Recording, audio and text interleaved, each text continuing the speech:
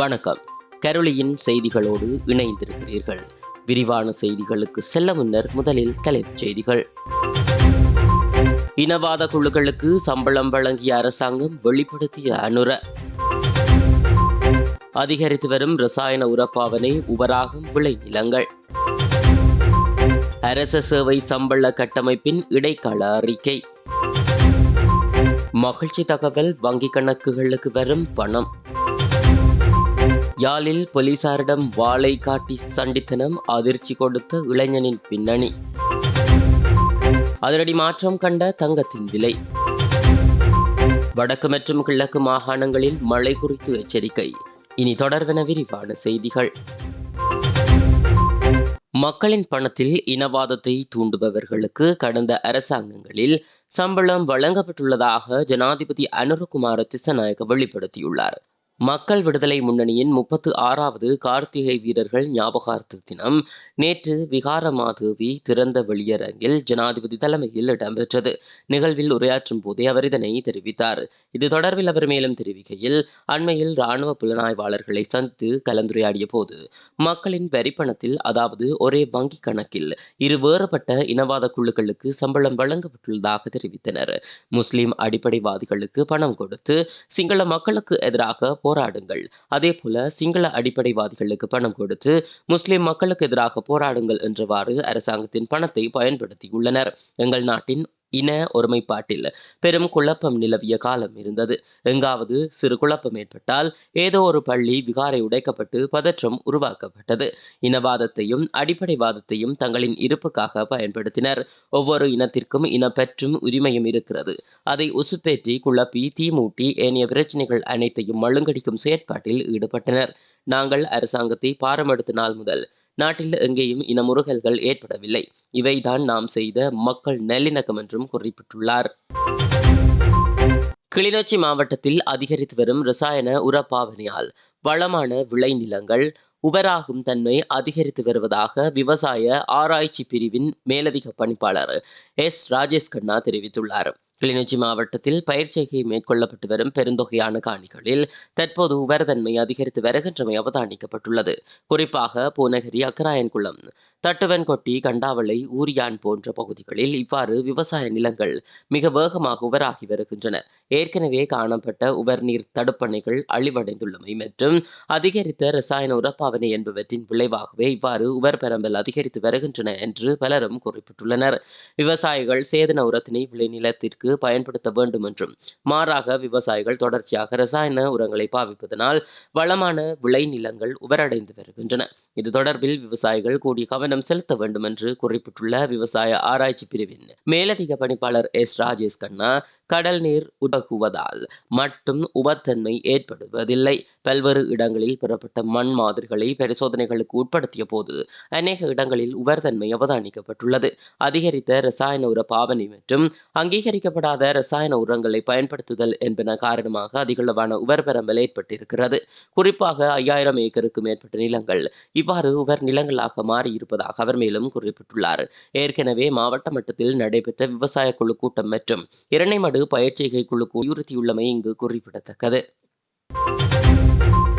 அரச சேவைக்காக முறையான சம்பள கட்டமைப்பை தயாரிப்பதற்கும் தொழில்சார் தரத்தை மேம்படுத்துவதற்கும் தேவையான திட்டம் மற்றும் முறையான நிறுவனத்தை ஸ்தாபிப்பதற்கான ஆலோசனைகள் மற்றும் கருத்துக்கள் அடங்கிய ஒரு குழுவின் இடைக்கால அறிக்கையை தயாரிக்க உள்ளதாக பாராளுமன்ற உறுப்பினர் சந்தன சூரியராட்சி தெரிவித்துள்ளார். இந்த இடைக்கால அறிக்கையை எதிர்வரும் 13ஆம் தேதி பொது நிர்வாகம், மாகாண சபைகள் மற்றும் உள்ளூராட்சி அலுவல்கள் பற்றிய அமைச்சுசார் ஆலோசனை குழுவிடம் கையளிக்க தயாராக இருப்பதாகவும் அவர் குறிப்பிட்டுள்ளார்.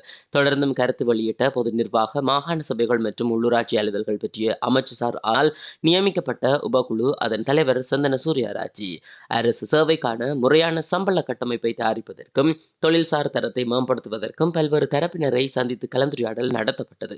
அதில் தெரிவிக்கப்பட்ட கருத்துக்கள் மற்றும் ஆலோசனைகளை பெற்றதாகவும், அதன்போது அவர்களின் சேவைகளில் நிலவும் பிரச்சினைகள் மற்றும் சம்பள முரண்பாடுகள் குறித்து விரிவான புரிதலை பெற்றதாகவும் தெரிவித்தார்.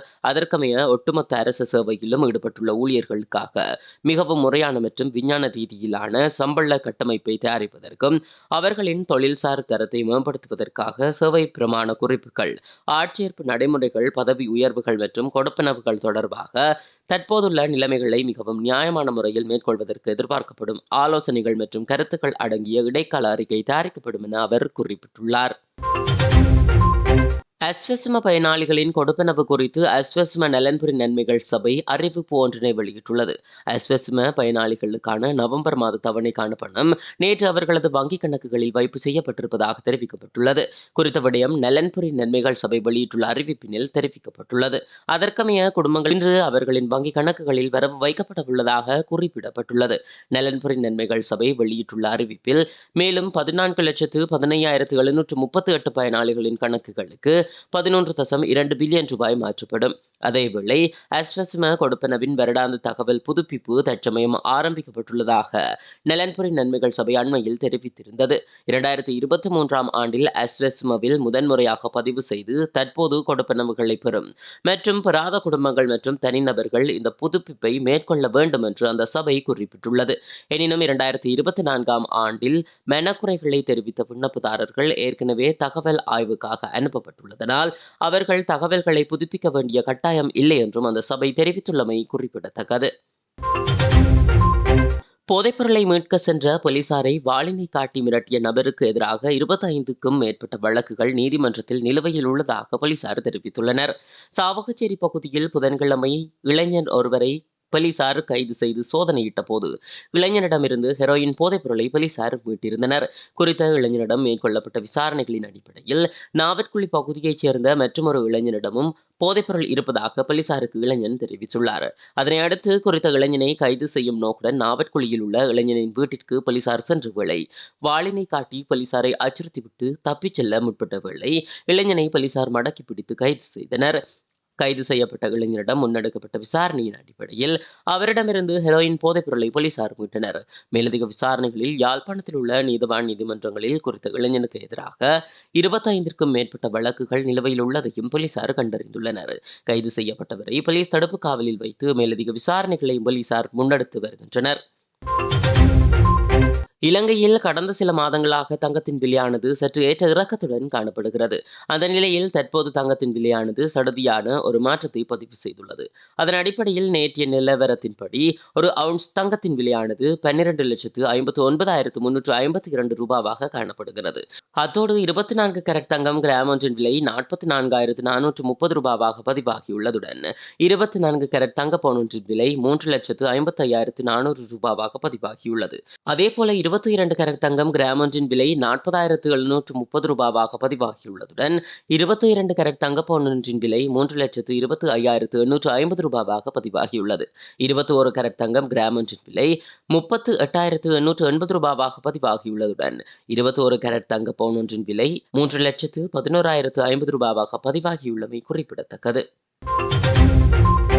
கடந்த 8ஆம் திகதி அன்று எதிர்வு கூறியபடி வங்காள விரிகுடாவில் உருவாக்கிய காற்று சுழற்சி தற்போது இலங்கைக்கு தென்கிழக்காக இலங்கைக்கு அருகில் காணப்படுவதாக யாழ்ப்பாண பல்கலைக்கழக புவியியற் துறையின் தலைவரும் வானிலை ஆய்வாளருமான நாகமுத்து பிரதீபராஜா தெரிவித்துள்ளார். இதன் காரணமாக வடக்கு மற்றும் கிழக்கு மாகாணங்கள் உட்பட நாட்டின் பல பகுதிகளுக்கும் கிடைக்கும் மழை நாளை வரை தொடரும். மீளவும் ஒரு காற்று சுழற்சி எதிர்வரும் 17ஆம் திகதி அன்று வங்காள விரிகுடாவில் இலங்கைக்கு தென்கிழக்கு திசையில் உருவாகும். அது கிழக்கு மாகாணத்திற்கு அருகாக நிலை கொள்ளும். இதனால் மீளவும் எதிர்வரும் 17 முதல் 22ஆம் திகதி வரை வடக்கு மற்றும் கிழக்கு மாகாணங்களின் பல பகுதிகளுக்கும் பரவலாக மிதமானது முதல் கனமானது வரை மழை கிடைக்கும் வாய்ப்புள்ளது என்று குறிப்பிட்டுள்ளார். இனவாத குழுக்களுக்கு சம்பளம் வழங்கிய அரசாங்கம் வெளிப்படுத்திய அனுர. அதிகரித்து வரும் ரசாயன உரப்பாவனை உபராகும் விளைநிலங்கள்.